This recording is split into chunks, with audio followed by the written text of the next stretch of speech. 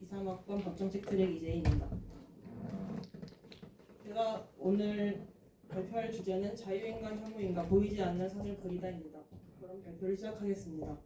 6차는 서론, 혐오 사례, 혐오 현상의 원인, 해결 방향, 마침표로 구성되어 있습니다. 본격적으로 발표에 들어가기 앞서 주제에 맞게 우리 사회를 키워드로 나타내 보았습니다. 경쟁사회, 자본주의, 혐오주의, 혐오사회, 확증 편향, 여기서 혐오에 주목해 주시길 바랍니다. 혐오의 사전적 의미는 싫어하고 미워하다입니다. 이러한 혐오는 혐오 지역, 혐오 시설, 혐오 식품으로 표현을 하곤 합니다. 하지만 오늘날 현대 사회에서 혐오는 특정 인물이나 집단의 특성을 지목하며 그들을 배제하고 보이지 않게 하려는 요구로 해석됩니다. 혐오의 종류에는 국가, 지역, 성별, 인종 등 다양한 집단을 혐오하고 있습니다. 기사 헤드라인을 보시는 것 같이 어린 아이부터 성인까지 혐오를 모두 사용하고 있으며 차별과 폭력을 이어가고 있습니다. 혐오 사례의 대표적인 예로는 혐오 표현이 있는데요. 혐오 표현이란 소수자에 대한 편견 또는 차별을 확산시키거나 조장하는 행위를 말합니다. 이는 특정 집단이나 개인을 소수자로서 멸시하거나 모욕하고 위협하고 차별적인 폭력을 선동하는 표현을 뜻합니다. 혐오 표현을 예시로는 설명충, 꼰대, 지적대, 월거지와 같은 표현이 있습니다. 지속적으로 혐오 표현의 신조어가 계속 등장하고 있는 추세입니다. 혐오 표현의 영향은 소수자에게 상처를 주고 사회 구성원으로서 지위를 박탈하는 힘을 가지고 있습니다. 표현에만 머무르는 것이 아니라 폭력이나 실질적 차별로 나아가는 계기가 됩니다. 누구나 소수자가 될 수 있습니다. 베이비붐 세대가 MZ세대를 비교했을 때 부동산 소유 문제에서 MZ세대는 소수자로 판단될 수 있습니다. 부동산 소유 문제에서 MZ세대는 높은 부동산 가격과 불안정한 고용 환경으로 인해 주택 구입이 어렵지만 베이비붐 세대는 한국의 경제 성장 상승 시기와 안정된 일자리로 인해 자산 축적 기회가 가능해졌습니다. 따라서 비교적 낮은 가격으로 주택을 구입을 할 수 있게 되었고 이런 MZ세대가 주택을 구입하지 못하자 주거 공간에 따른 혐오 표현으로 월거지, 정거지 같은 혐오 표현이 등장을 하였고 이 용어를 아이들이 사용하고 있다는 점입니다. 두 번째로 혐오 현상의 원인으로는 디지털 시대의 혐오와 확증 편향이 있습니다. 코로나19로 인터넷과 SNS가 급속도로 성장을 하였습니다. 확증 편향은 자신이 믿고자 하는 정보만을 선택해 견해가 극단적으로 강화하는 것을 말하는데요. 이런 소셜미디어의 알고리즘은 사용자의 기존 신념과 유사한 콘텐츠를 노출시켜 확증 편향을 가속화시켰습니다. 이렇게 혐오 표현은 디지털 공간에서 급격히 확산되었다는 것을 알 수 있는데요.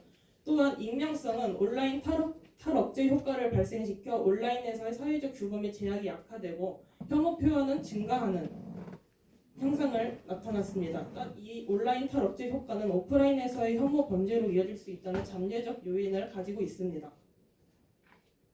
2021년 국가인권위원회가 조사한 결과 오프라인보다 온라인에서 혐오 표현 경험을 더 많이 경험을 했고 혐오 표현 문제 심각성 또한 더 높다고 나왔습니다. 자유는 빈번히 오용되고 남용되고 있습니다. 자유는 표현의 자유를 왜곡시킬 뿐만 아니라 그 왜곡된 표현의 자유는 SNS에서도 확산되고 있습니다. 우리나라 헌법 제21조 1항은 표현의 자유를 명시하고 있는데요. 이러한 표현의 자유는 국가 권력의 억압에 맞서기 위한 시민들의 권리로 해석됩니다. 표현은 말 그대로 표현을 할 수 있는 것이지 특정 집단을 비하하거나 조롱할 것을 표현할 자유로 오해해서는 안 됩니다. 내 혐오를 마음대로 표현할 자유는 없고요. 책임으로부터의 자유도 없습니다. 따라서 혐오 표현의 자유로 포장할 수는 없습니다.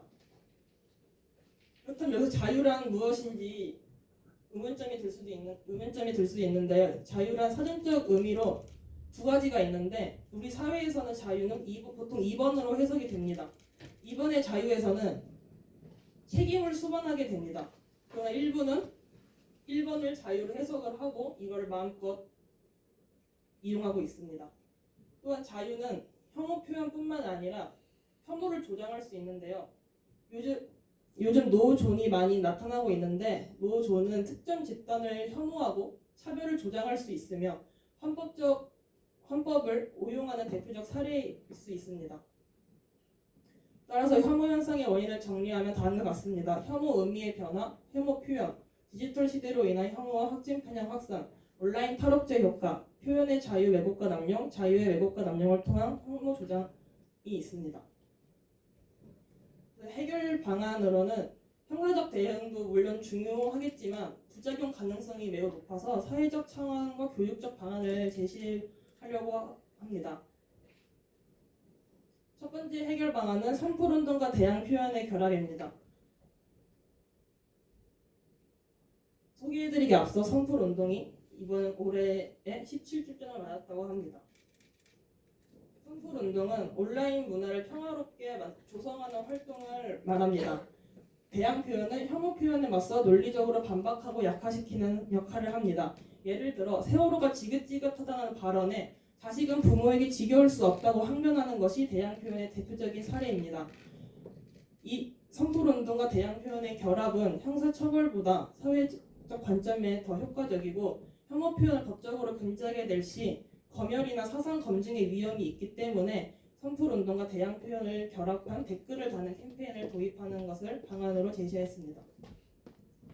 두 번째는 혐오 표현에 대한 교육과 인식 개선입니다. 디지털 리터러시 교육을 통해 혐오 표현과 확진 편향을 방지하고 인터넷에서 표현의 자유와 책임의 중요성을 배우고 정보를 선별적으로 판단하게 합니다. 이걸 가지고 온 이유는 아까도 발표 초반에 말씀드렸다시피 아이들이 혐오 표현을 거리낌 없이 사용하고 있다는 점에서 가지고 왔고요. 두 번째로 감수성 교육 강화는 혐오 표현이 일상에서 무의식적으로 사용되는 것을 방지하려고 갖고 왔습니다. 또한 혐오 표현의 위험성과 영향에 대한 교육을 강조해서 아이들뿐만 아니라 직장을 다니고 있는 어른들까지 포함하려고 합니다. 세 번째는 사회적 지원 및 심리적 여유 확보입니다. 정신건강 지원 프로그램을 도입해 스트레스를 완화하고 타인에 대한 공감과 이해를 증진시킵니다.